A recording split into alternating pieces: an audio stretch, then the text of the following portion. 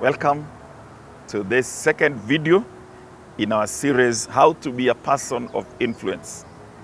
This is Reverend Jotham Munene, and we continue with this discussion. And today we ask, what are the tools for influence? Tools for influence. Welcome.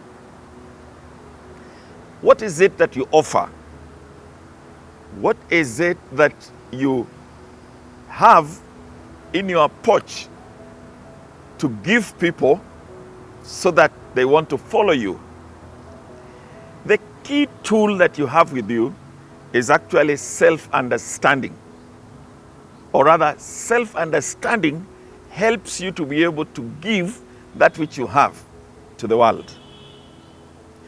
See, we say that we must be the salt of the world, but you also must understand what kind of salt you are. Because even in the market, we have different kinds of salt. Sea salt, salt from, different raw materials. And is it fine salt? Is it coarse? And so you've got to know exactly what kind of person you are. I want to give you an acronym that helps you evaluate yourself and understand and appreciate what you have to give to the people that you hope to influence. The acronym is SHAPE, S-H-A-P-E. And S stands for spiritual gifts. H is for heart, in other words, your passions.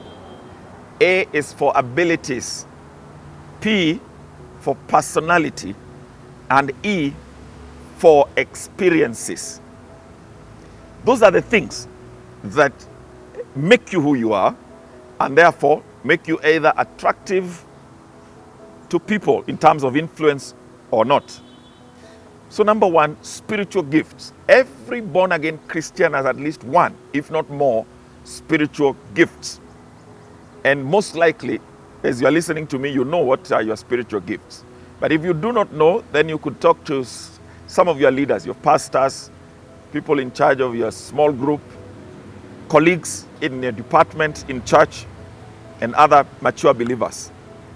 So that helps you to know where you fit in, what ministry to be in, where you are most effective. Number two, what are your passions? You are likely to excel in what you enjoy doing. All right? As for me, I enjoy teaching. I can teach throughout for a whole day and not get tired. I enjoy, especially the subjects I understand. And people have told me they seem to understand. I seem to break down things to simplify them, because I enjoy doing that. If you don't enjoy something, chances are that neither will you do well, nor will you influence others into being better through that particular passion that you have. And then A is abilities. That would be now the talents. So in a way, it is associated with, passions, but it is your talent. For example, are you a skillful player of the piano? Are you good at, doing electrical repairs? Some people are very good in mechanical works. Some people are good artists. You can draw somebody's face. Now that can be a way of helping you influence people. Let me tell you another one. Another gift, a talent is being able to be a very good cook or chef, or making cakes. My wife makes cakes, very good cakes. So that kind of thing gives you, an opportunity to draw people towards yourself. Okay, hospitality can be a talent or a gift. So one of those also can help you to do that. Now, P stands for personality. What's your personality? Are you an introvert? Are you an extrovert? And both of them are very useful. So just know who you are so that you know how to relate. Also, what is your personality type? Sanguine, choleric, melancholic, whatever it is in those. And sometimes it's a mix of both. It helps you to know what you are offering to the world. But E is experiences. And this is very key. And I want to take you to the story of Joseph. His experiences helped him to influence very many. His experiences were one. He said he has a dream and his own family rejected him. His experiences were that he knew how to stay in jail and suffer and be sold.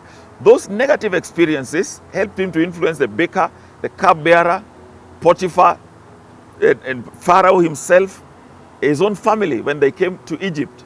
And he was able to also influence the entire nation of Egypt based on the experiences he has gone through. So it's good to see the experiences you have gone through. Maybe you lost a parent when you are young. Now you can be an influence to people who has a similar experience. So you need to look at that and see what influence you give from your experience.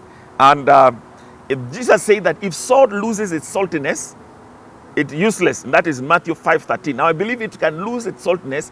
You can also add some flavor to salt. And you add flavor by understanding who you are and then presenting yourself in that particular way. You present yourself nicely. You present yourself, people say, to win. You dress well. You appear nicely. And as you do that, with what God has given you, He will give you the kind of people that need to gravitate towards you, to learn from you, to be equipped by you, and to become better people, people that are of more influence themselves in the kingdom of God. So today my challenge is, can you analyze yourself and see your shape and use it in influencing the people around you?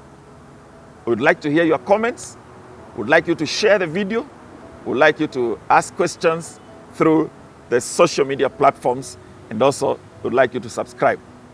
This has been Jotham Munene on CITAM Church Online. Thank you for joining us.